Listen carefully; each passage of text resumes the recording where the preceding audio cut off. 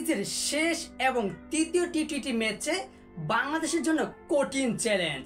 পাকিস্তানের ব্যাটাররা 20 ওভার শেষ করে 7 উইকেট হারিয়ে 178 রান সংগ্রহ করেছে, যেখানে বাংলাদেশের বোলাররা রীতিমতো রান দিয়েছে।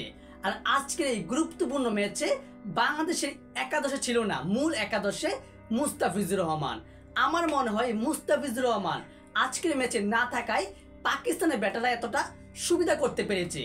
এই মুস্তাফিজুর রহমানকে কেন লিটন কুমার দাস কিংবা টিম ম্যানেজমেন্ট আজকে গুরুত্বপূর্ণ ম্যাচে রাখলো না, সেটা আসলে আমার জানা নেই। যদি দর্শক আপনাদের জানা থাকে কেন মুস্তাফিজুর রহমানকে এই গুরুত্বপূর্ণ তৃতীয় টি-20 ম্যাচে রাখা হয়নি, অবশ্য বাংলাদেশ এক ম্যাচ হাতে রেখেই টি-20 সিরিজটা জয় করে ফেলেছে।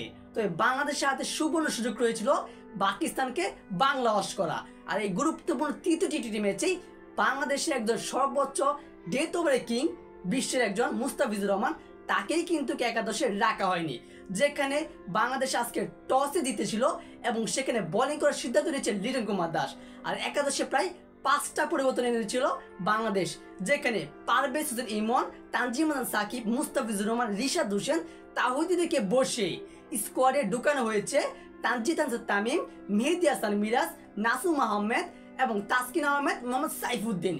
এই 5টা পরিবর্তনের মধ্যে আমি 4টা পরিবর্তন মানতে পারবো, তবে মুস্তাফিজুর রহমানকে বসানোটাই আমার পক্ষে যুক্তি না। কেন মুস্তাফিজুর রহমান প্রথম ম্যাচে দুর্দান্তভাবে এসে 4 ওভার বোলিং করেছে, 6 রান খরচ করেছে, 2টা উইকেট তুলে নিয়েছে। দ্বিতীয় ম্যাচে 3 ওভার 2 বল করেছে, 15 রান খরচ করেছে, 1টি উইকেট নিয়েছে।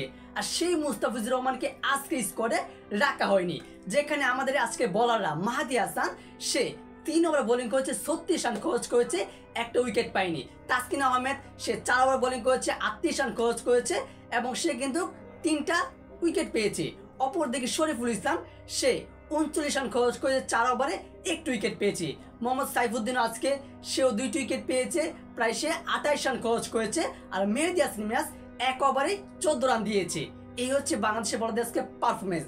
এই মিরপুর না বোলিং উইকেট, তাহলে কেন বাংলাদেশের বোলার আজকে এত মার খেলো? অপরদিকে পাকিস্তানের ব্যাটার একজন নতুন ওপেনার, তার অভিষেক অনেক আগে হয়েছে, তবে আজকে ব্যাটিং করতে নেমেছিল। তার নাম হচ্ছে সাহিবজাদা ফারহান, যে কিনা মাত্র 41 বলে 63 রান করেছে এই ওপেনার, এবং তাদের মোহাম্মদ নেওয়াজ করেছে 16 বলে 27 রান। আর আরেক হাসান নেওয়াজ করেছে 17 বলে 33 রান, যেখানে পাকিস্তান 20 ওভার শেষ করে 178 রান সংগ্রহ করেছে। আর বাংলাদেশের লক্ষ্য হয়ে দাঁড়িয়েছে 179 রান। এইবার দেখা যাবে বাংলাদেশের ব্যাটাররা নাকি সেই 179 রান চেস করে ম্যাচটা জয় করতে পারে। তবে আমার মনে হয় পাকিস্তানের ব্যাটাররা যেহেতু এই রানটা করতে পেরেছে, অবশ্যই বাংলাদেশের ব্যাটাররাও করতে পারবে। তবে বাংলাদেশের জন্য সেটা খুব চ্যালেঞ্জিং হয়ে যাবে, খুব কঠিন হয়ে যাবে, কেননা এটা মিরপুরের উইকেট, যে কোনো সময় যে কোনো রূপ নিতে পারে।